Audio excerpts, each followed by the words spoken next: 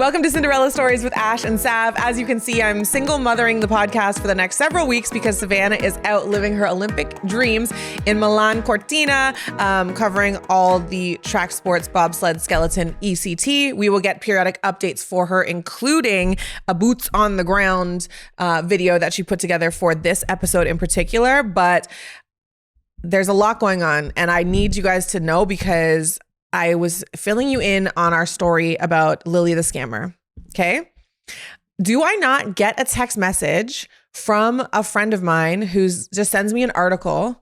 Lily sentenced, house arrest.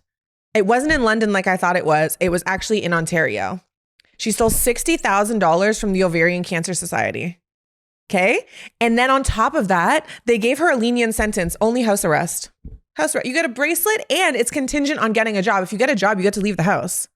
Like you barely had to do anything and you stole from dying ladies. Okay. This, I'm sorry, but the audacity. She goes ahead and a few days later, they said, she made up job offer letters. She made up pay stubs and she tried to file them with the court to say, I have a job. So I'd like to leave the house now with the University Health Network and saying she's a bartender at Joey's. She used real names of real people that work there. And the police were like, this is weird. That's suspicious. And so they found out that she was lying because she can't help herself. Jail, 21 months. Jail. Straight to jail. Literally straight to prison because she can't help but scam. Shout out Lily. You almost got away with it, girl. You could have just been inside in the winter with a cute little cozy blanket, I'm sure that you didn't pay for, and just hanging out. And now you're in jail. So karma's a bitch, as my mom once said to me when she said the wrong thing and tried to say everything happens for a reason, but didn't know the proper phrase. That's a story for another day. But essentially I was like down bad from work several years ago. I'm like, oh, I don't know what to do. Like no one wants to hire me. And she's like, Ashley, and she grabbed my hand and she's like, it's karma. I said, what? Like, what do you think I did to deserve this? And she's like, like everything happens for a reason. Two separate things, Sandy. Love you to death, but you got to work on the pep talks. Okay, my girl? Anyway, bigger stories. The Olympics. Okay. It is my favorite time of the biannual year. I love the Olympics so much. And this is our first Winter Olympics since the pandemic. I think people tend to forget that. Like the last Olympics that we had were the Winter Games. People were playing hockey with masks on. Okay. There was no guests. There were no fans. There was no family. Everybody was quarantined. They were getting tested daily, if not several times a day, to make sure that they can compete. And now we're finally back to some semblance of normal. And so this is one of the best times of the year for me. This is one of the best moments in sport for me. Heroics, stories, the drama. This year, keep an eye out for an opportunity for a lot of kind of political messaging, especially from US athletes, but particularly I feel like it's going to be happening all around the world. But not to get too vain, the looks. Okay? Because the team uniforms, everyone's been doing their unboxing, everyone's been doing their hauls. These athletes get like 80,000 things. It would be like, it's a whole new wardrobe. And so, you're in Italy. Like you have to come heavily with the looks. Milan Fashion Week. You're literally in the place where immaculate tailoring, focus on quality, quiet luxury, all those things reign true in Italy. So you can't come looking haggard. Okay. A drawstring backpack is simply not going to cut it. And so here are some of the looks that stood out to me. First and foremost, Mongolia. Okay. Their Summer Games look, if you remember, took the internet by storm because they had these almost like leather faux armor inspired breastplates with embroidery on it for Paris 2024. It was the best uniform, hands down. And now they've done it again for the Winter Games 2026 Milan Cortina. It's just an absolute work of art. They literally said, let us reintroduce ourselves. They said they took inspiration from the 13th century to 15th century Mongol Empire, which by the way spanned like 2 million kilometers or something like that. Is the biggest empire of all time in history if you're a history buff. But they went full culture rich, national identity. And the kits, or the knits, very much like après-ski. Like they struck a very nice balance between tradition and style. So the Mongolian uniforms, one of my favorites. Now, Canada. True North strong and free. Finally, like something a little different, I feel like Canada had, as like a cold weather country, had a responsibility to come heavily with some of their uniforms, and they mixed it up a little. It's still Lululemon, and you can very much tell by the way that things look and feel and the patterning. But that puffer cape robe situation with like the embroidery and the Canada flag, truly one of the most pleasant surprises. It looks so good. And then that green edition, please. Oh my gosh, give me 6 of them right now. Give me 20 of them right now. It looks so good. Plus there's been a lot of ugly shoes. A lot of ugly foot. I once stopped talking to a guy because he wore K-Swiss shoes. Shoes are very important to me, especially on a man. I'm sorry if that's vain. We all have our things. Do you know what I'm saying? Some people worry about bank accounts, how many zeros are in it. I do care about that as well. But also the shoes. What's happening with the footwear? You know what I'm saying? So the Canadian sneakers and boots for the kit actually look pretty good. I think they're going to look amazing. And across the board, Hype Bay, for example, early returns is that the Canadian kits are one of the best. Now, the hometown Italy team, I tell ya, okay. The late Giorgio Armani designed them. So there's a nod to that particular level of styling. And I will say their bomber with the Italian flag collar, that shit's going to go for $10,000 a piece on eBay when this is all said and done. Even maybe the retro headband that kind of reminds me of like old school Kappa gear, if anyone remembers that. I feel like, it may fund a couple of months of training for Italian athletes at a high level, because unlike the USA, not every nation has been gifted $200,000 an athlete funded by a billionaire who just happens to love sport. Did you guys hear about that? This guy said, y'all are impoverished and I can tell. And I'd like to help with that. So he gave them $200,000 a stipend for each athlete that's competing at the Olympics. That's such a blessing. But yeah, despite the fact that the Giorgio Armani designed these uniforms, I feel like they're a little basic, all white. And it's like a really crisp white, couple of stripes. I don't know. I wasn't moved, but that bomber, yeah, I would commit 1 or 2 crimes for misdemeanors, nothing crazy. The USA, cue eagle sound, always. The USA in general is not the most desirable thing or place at the moment. And I think they truly just have so many problems, as do a lot of places around the world, but it's just in the forefront of at least North American media right now.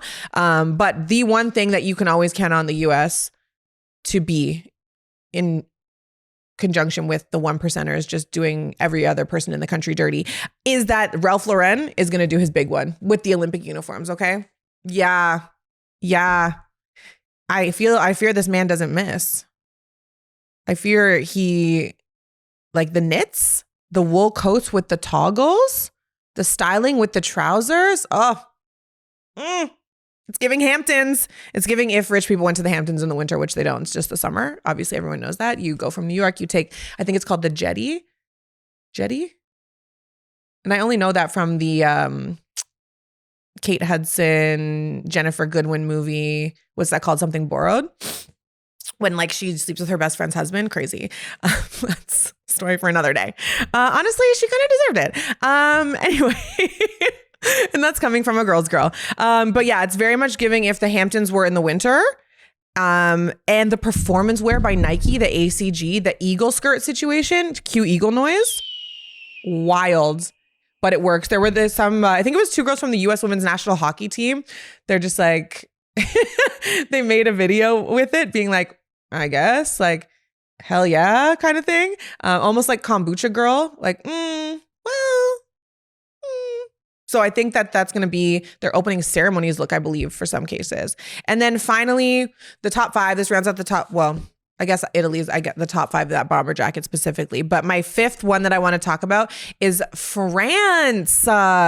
It's really, really good.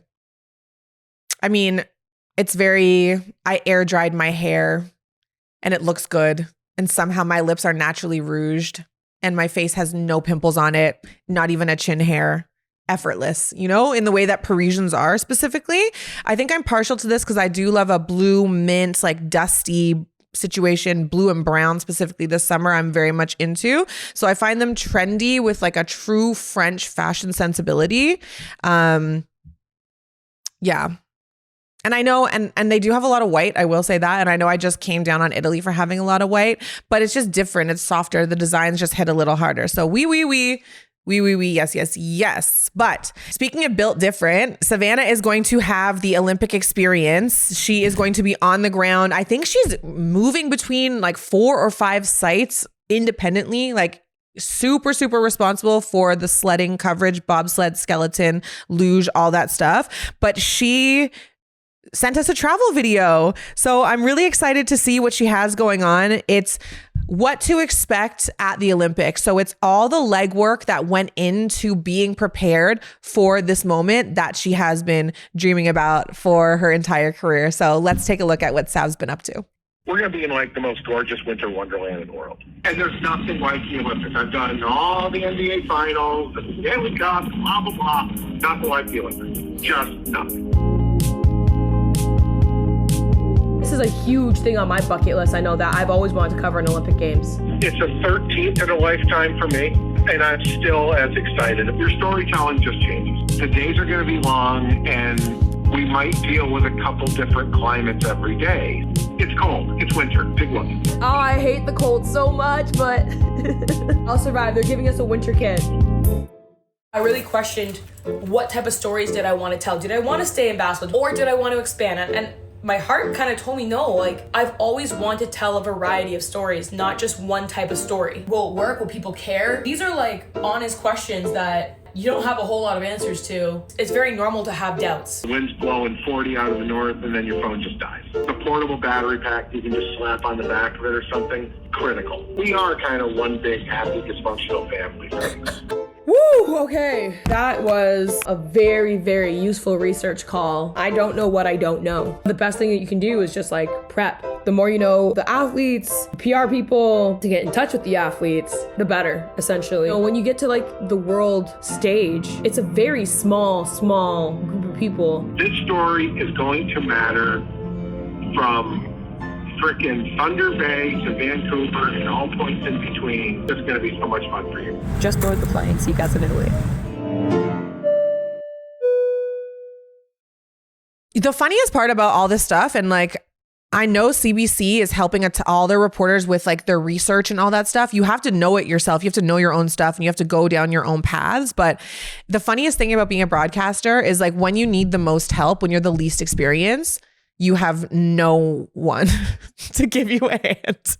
You're like suffering through random hockey DB pages to try and find information, or university websites where they did like a quick Q&A. And so the abundance of information that they're able to provide and give the reporters a starting point to be able to find and pick and prod to bring us even more stories and even more insight. I just love it so much. But one person that's going to be in Milan Cortina with Savannah, Lindsey Vonn. Girl, are you okay? Damn. Like, I'm actually really sad for her. So those who don't know the lore of Lindsey Vonn, she's a 3-time Olympic medalist, and she had to retire because of arthritis in her knee. She had to get a full knee replacement before the age of 40.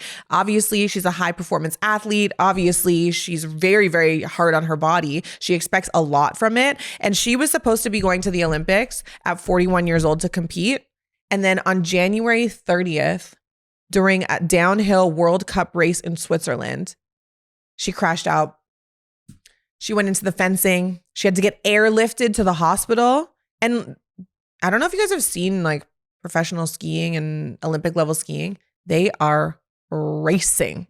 racing faster than me trying to get to my class so I don't get charged with a $21 no-show fee, racing through the city, straight past the red lights, don't collect $200, just full go. So she was airlifted to the hospital. Everyone was very concerned about her, culminated in a troubling left knee injury, but she still plans to go and try to compete where she's able to. So we will be watching and hoping the best for her. Maybe they just fire her up with like a cortisol shot and she's like, listen, I'm going to spend the next 2 minutes of my life doing my big one and then you'll never hear from me again. But it's just such a shitty way to reach the Olympics at an older age for an athlete, 41 years old, as I mentioned. And she's just had several dangerous injuries throughout the course of her career. And she was even like, I'm surprised to be back out here 2024. And now we're hoping that she's going to be able to participate in Milan Cortina. But, you know, I think like part and parcel to my comment earlier about the Olympics just being about resilience and being inspiring. And she was reflective about the passing of her childhood coach, Eric, I think, E-R-I-C-H, Eric Saylor. She actually visited his grave, I believe, on February 2nd after her injury. And she posted on her Instagram and she was basically like, I know exactly what he would say in terms of word of advice. I just wish he was here to say it. And this is what I'm talking about. Obviously, it's devastating that someone passed away. Obviously, it's terrible that she doesn't have her childhood coach to lean on in a moment of need. But these are the stories that no one would hear about if it wasn't for the Olympics. And that's why I love it. It's so human. You spend your entire life trying to get to the pinnacle of your sport, where in some instances, your event lasts 10 seconds. If you're a sprinter, 10 seconds, 4 years for 10 seconds. For Lindsey Vonn, downhill, super G, slalom, whatever it is, her race is a minute and change. 4 years for that. So not having the people that helped shape you to be there, especially after another fall, I'm sure is weighing heavily on her. And I always just think, anytime I hear about like a snowboarder or a skier who crashed out, I always think of Mark McMorris. Do you guys remember that? Bro, in 2017, he had like a backcountry crash that resulted in 17 broken bones, including a ruptured spleen, collapsed lung, fractured jaw, pelvic fractures, and a broken arm. 2016, broken femur. That's the big bone in your leg that like takes tons of weight to crack. Broke that. Broken rib, 2014. Broken orbital bone and nose, 2024. This guy's gonna be made of steel. And he's still like, yeah, these are my Olympic dreams. Like, come on. So I can't fathom it. These Olympic athletes are just built different is my entire point. Like, I play football with a girl who said if she loses a toenail because her cleat is like tight or someone steps on her toe, she's quitting the sport because she lost a toenail. I lose my big toe twice a year when I play football. Like, it's disgusting, but it is what it is. But you just have to be built different to be an Olympic athlete. So impressive. My favorite Olympic moments, I think off the top of my head, have got to be like Donovan Bailey, for sure. 2014 women's gold medal hockey game. Obviously 2010 Olympics, Sid the Kid golden goal, and then Tessa and Scott. I feel like I'm not really reinventing the wheel, but those are the ones that stand out to me. I can remember where I was. I can remember who I was with, and it kind of just lingers. So shout out to the Olympics. Sav again will be there. We are getting exclusive coverage really on Cinderella Stories podcast, which is so exciting. And so stay tuned for all of that. Now, the WNBA met with the Players Association on Monday of this week. And boring, snooze. Like, it's like I'm watching a show, it's like I'm binge watching a show.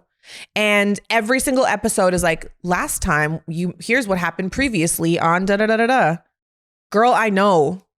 I've been sitting here waiting for hours with unwashed hair, doom scrolling on my phone. I know what happened previously on it. And this is now what this CBA negotiation is starting to feel like for me. Talks have been paused for several weeks.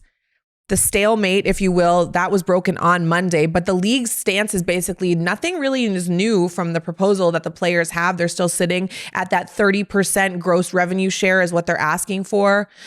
Union President Nneka Agumake and executive committee members Brianna Turner, Alicia Clark, they were present with Kelsey Plum, Nafisa Collier, and Brianna Stewart joining via Zoom, talking to the league. Joe Tsai was there as well.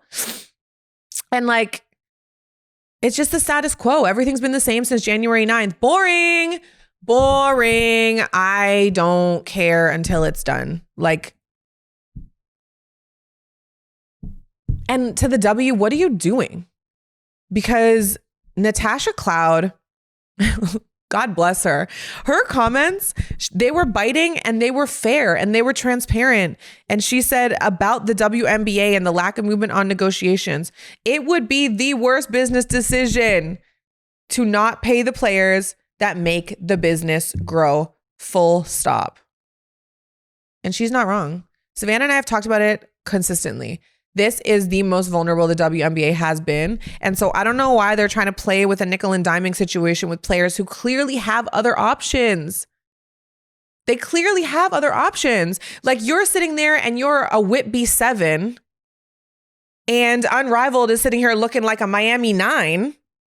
And you're trying to what? Not take me on a date to the restaurant I want to go to because you want to save a couple bucks? Babe. The cost to get the Whitby 6 up to the Miami 9 is going to supersede anything that you're trying to claw back. What are we doing? That's a crazy analogy. But what are we doing? What are we doing? Figure it out. Like, it's time. It's time. Mom and dad, it's time to come together. I know you guys are getting a divorce. I know you hate each other. I know, Dad, you've been moving kind of shady sometimes. I know, Mom, you went on that girls trip and the disposable camera just happened to go missing. No one actually saw what went down, but we don't care anymore. The kids just want to go to Disneyland. You know what I'm saying? So we need to wrap it up. In particular, Natasha Cloud's stance, I would say, looks even stronger in this moment because of what Unrivaled was able to do. You guys, they sold the hell out of Xfinity to 21,490,000. I think I said that wrong. I don't think you can say 1,000 twice. 21,490 fans at Xfinity. They're setting world records, people. That building has never been as full. That building has never seen more fans for a basketball game. The last time Xfinity was that popping was when Michael Jordan came there. Michael Jordan. The girls are outperforming Michael Jordan. You know what I'm saying? Like, and I don't know if we have to eat our words a little bit on Cinderella Stories, but we talked about 3x3 and if it's too niche or if it has kind of like a Labubu lore where you're like, you're super into it. It's really trendy. And then maybe you like another bag charm in the moment. But I don't know. Because even though Unrivaled's been squirreled away in Miami, even though I'm not hiding you from the world, I'm hiding the world from you, or whatever it is that Drake said about his son. But the proof is in the pudding. Sold out. Philly showed out and showed up. Kyle Lowry, Canadian, for all intents and purposes. He was in the crowd. Wanda Sykes was in the crowd. Marina Mabrey was dropping 47 points, 27 in the first goddamn quarter, 10 threes, an unrivaled record, 47, also an unrivaled record. Like, I don't know. Is that the new model? Like, I was thinking that what's more appealing, heading to a city where there is no WNBA team and Unrivaled doing like a tour, if you will. You know what it kind of reminds me of? And I mean this with the utmost respect, is like the Savannah Bananas. Okay, hear me out. What those guys have been able to do, utilizing social media and then also playing baseball, it's like an elevated Harlem Globetrotters model. And I'm not saying that the Unrivaled 3x3 girls are running some kind of skit, which is kind of what's happening in the Savannah Bananas. They're more entertainment based than skill based, but I think Unrivaled has both. I think they go heavily social media wise. All those numbers are up. Sponsors' dollars are up. Returns on investment are up. And then they come into your city and they play 3x3 and you see some of the biggest stars in the game right in front of your face. And you can travel and tour that. And I really do think Nafisa Collier, Brianna Stewart, and the like who are in charge of that league, I do believe that this Xfinity Philadelphia tour was proof of concept. Proof of concept that you can take this to a city where there is no WNBA team and they will flock in droves. And quite frankly, I don't even think it's a city without a WNBA team. I think you could probably take it to any city. And I believe it could also be worldwide. Not to be too pitbull about it. Do you know what I'm saying? Like, people are going to go. They want to see these girls, especially with this holdout of the WNBA. You don't know when the next time you're going to see the stars is. I'm just saying. I am just saying. Caitlin Clark explicitly ignored my 2026 outs. Players being on a broadcast. Enough. So she's on a panel with, I believe it was Maria Taylor, Reggie Miller, and Carmelo Anthony. And they're just chatting, whatever the case may be. And this freaking guy, Reggie Miller, who, by the way, sidebar, Chicago All-Star 2020, apparently. I thought we were locked in the house, but my concept of time is completely gone. I was there representing Sportsnet at the time. I had a job with 590 The Fan morning show, but I wanted to do more like social media stuff, more on-screen stuff, more basketball specifically. So I crafted a pitch and I gave it to the guy at the time, Dan Tavares, who, and in conjunction with Gary. God, why am I forgetting Gary's name anyway? Shout out Gary. I crafted a pitch for the two of them and I was like, I'm going to go to All-Star regardless. Like, I took PTO. I took my own vacation time. I wanted to be in the mix no matter what. So I said, I'm already going to be there. Why don't you pay me to do social media takeovers for your Instagram and have independent exclusive content for the entire weekend? I can get interviews, I can get players, I can get Sportsnet shout outs, I can get BTS situations. And they're like, oh, okay, sure. We'll pay you 4 cents and you can go and do that. And I was like, yes, and I'll take it.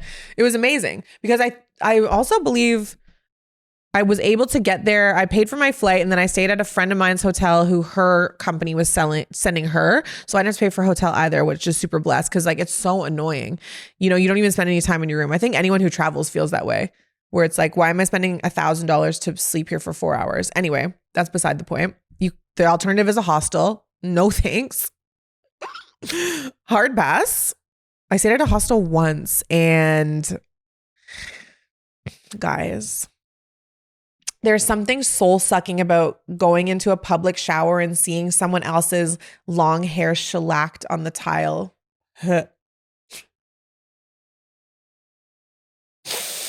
It'll make your skin crawl and your mouth water. Derogatory. You know what I'm saying? So anyway, I don't even know how we got here. Hostel 2016, Reggie Miller. Right. So I'm at the All-Star game and I'm on the floor. They've vacated everyone. I'm still kind of lurking. Like, I'm not going to really leave until someone explicitly tells me to because I'm soaking in the moment. Aside from the All-Star in Toronto, this is my first All-Star game working there as media. Reggie Miller is sitting at the desk. He's calling the game. He's trying to get someone to take a picture. I think he thinks I work for him or TNT or something. He just like gives me his phone. He's like, here, can you? And I was like, great timing because a security guard had just come to me and was like looking at my credential. He's like, you need to go up. And Reggie Miller's like, no, she's good. She's with us. She's taking our photos. And I got to look at the security guard and be like, yeah. Mm-hmm. Yep. Smile. Yeah, Reg. Mm-hmm. Give him the photo. And I got to stay until like the introductions were done, which is kind of cool. But anyway, shout out Reggie Miller. Back to the task at hand. Reggie Miller says, NBA comp for Caitlin Clark is Payton Pritchard. First of all, it's giving racial profiling. Payton Pritchard? What are we saying right now? What has Payton Pritchard done to advance the game? I'm waiting. Like, I'm sure he's done lovely things in his community, and I'm sure he does a give back here and there at his university or his high school or something of the sort. But God damn. Caitlin Clark's face was so funny. We have to put it on screen because she's like listening and she's doing the broadcast nod where you're just like, no, for sure. Yeah, definitely. Like, that's the things like you're thinking in your head to try and make your face emulate what is appropriate for the moment. And this girl hears Payton Pritchard and she goes, so me? Me. Caitlin Clark dressed in her business casual maroon look, looking like she's going to head straight to HR as soon as the meeting is over. Like, she looked pissed. Her face was so funny. It was do-do-do-do-do. Yeah. So she could not hide her disdain for that. And obviously everybody had thoughts and feelings. I don't defend Reggie Miller anymore. Reggie Miller was explicitly asked by Maria Taylor, who does Caitlin Clark remind you of the most? Which NBA player reminded him the most? I didn't see the full clip at the time. Which NBA player reminded Reggie Miller of Caitlin Clark the most? Carmelo Anthony, a very respectable Luka Doncic. Okay. I mean, respectfully, I think she is probably in a little better shape. Luka is known for running out of gas at the end of the game. A lot is asked of him. A large workload offensively. No shade. I'm sure the MNBA is tough. You need to be real fit. Real fit. But Miller literally looks her dead ass in the face and said, Payton Pritchard? The woman was too stunned to speak. Girl, it feels like if you go to your friend and you're like, okay, what do you think of this outfit? Do you have anything else? Do you have other tops? Do you have other pants? It's giving it's incomplete. So yeah, Caitlin's shocked look. Side eye, straight face, devastated. She's never heard that a day in her life before. Yeah. Welcome to what it's like to be a degular woman, Caitlin. They will play in your face several times a day in a male-dominated field. So the appropriate answer, I don't even think the appropriate answer is Luka Doncic. I didn't bring my buzzer. Sav's the only responsible one who has them. I'm very, very type B these days. I'm actually working on it. Is Steph Curry, no? Is Steph Curry? The guy who literally reimagined the way that the 3-point ball is used, shot, the success rate, the gumption, the gall, the audacity. Caitlin Clark literally has her number like 78 feet away from the basket where she was hitting daggers. It's the Caitlin Clark spot. And it's far from the 3-point line. You're going to say Payton Pritchard? Payton Pritchard? I don't understand.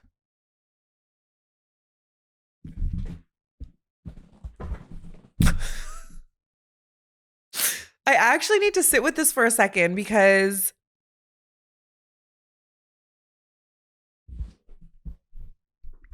it's incredibly disrespectful, Reggie.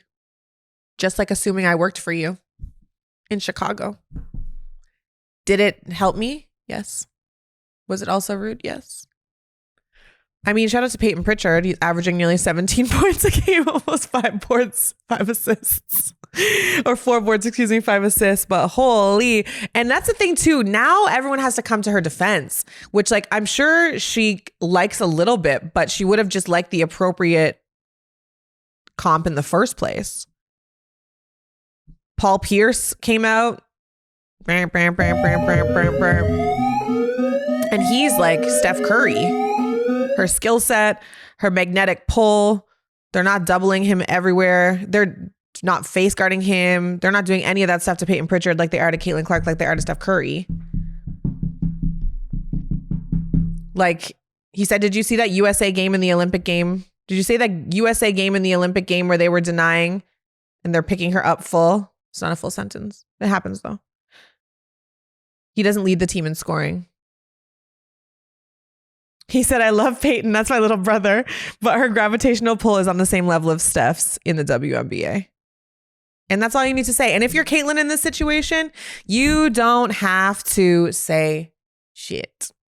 You just have to sit there and you have to wait for everyone else to defend you. And that is a very, very nice place to be. Because I think everybody at that time, if they heard Maria Taylor's full situation, that's so crazy.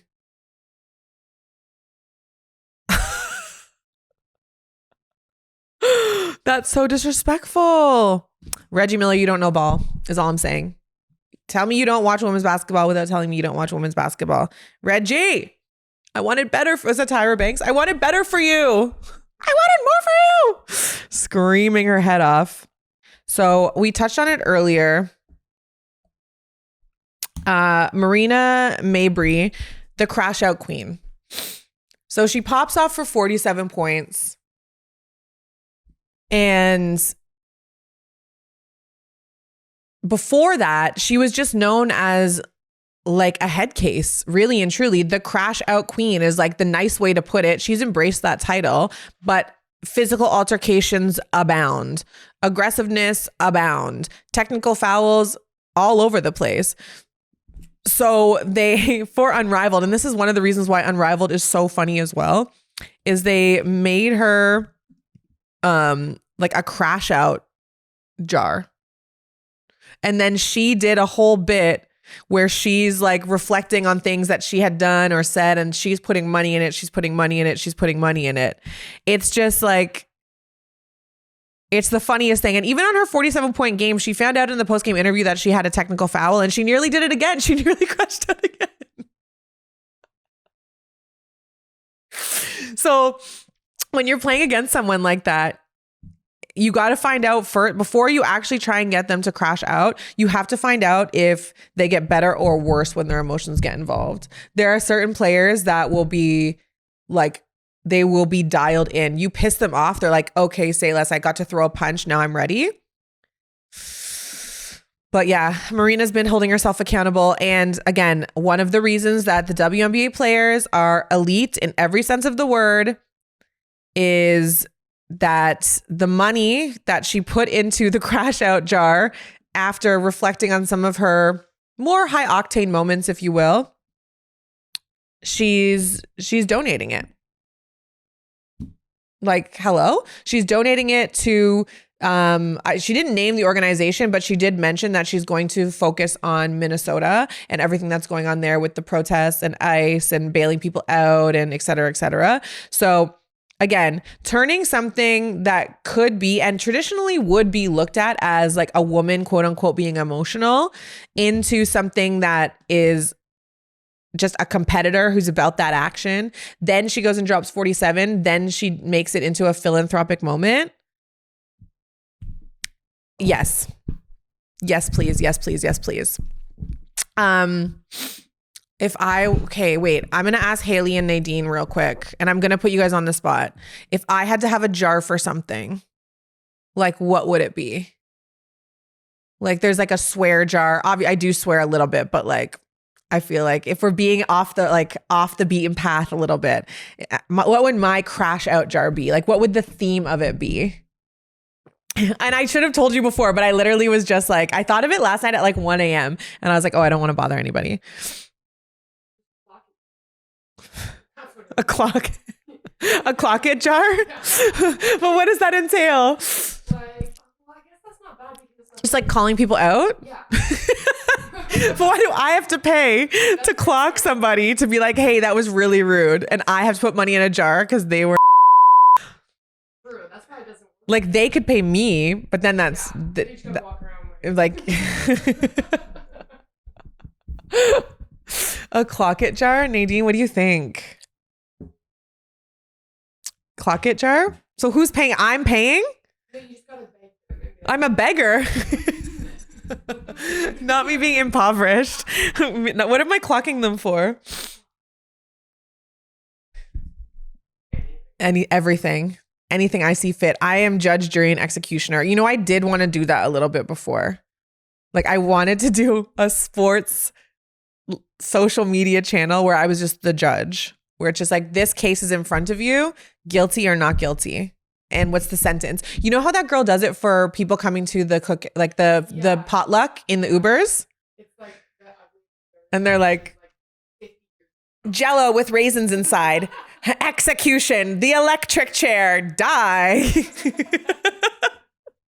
Maybe I should circle back on that. Okay, so the clock it jar for me, and what I will say, just in the vein of self-awareness, I think like the tardy jar.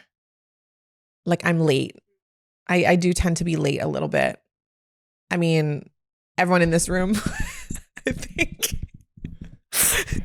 It's not our fault though. Well, sometimes it is my fault because I do leave late, which does cause me to be late.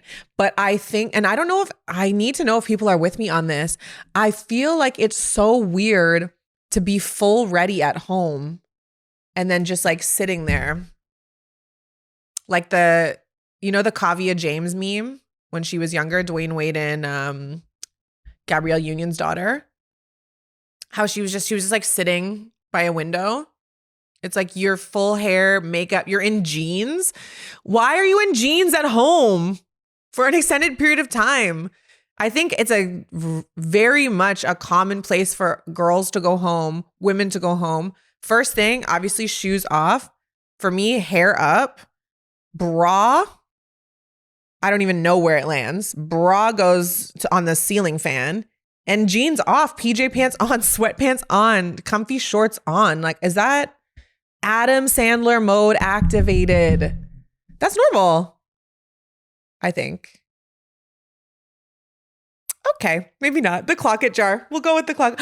Wait, as a sidebar, I think the thing now is like there's this one girl on TikTok and she does like hair transformations. And so she does before and then she puts up a towel and then the after is like before. You know those ones where it's like the before and the before and the previous, but she does, instead of like the 2-finger clock it, she does they call it the clock it Pro Max, and she does it her whole hand. So slow, she turns her head and she's like,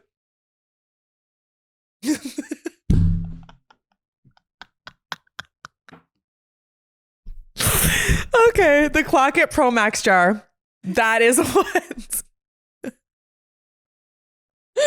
That is what I hope to be known for going forward.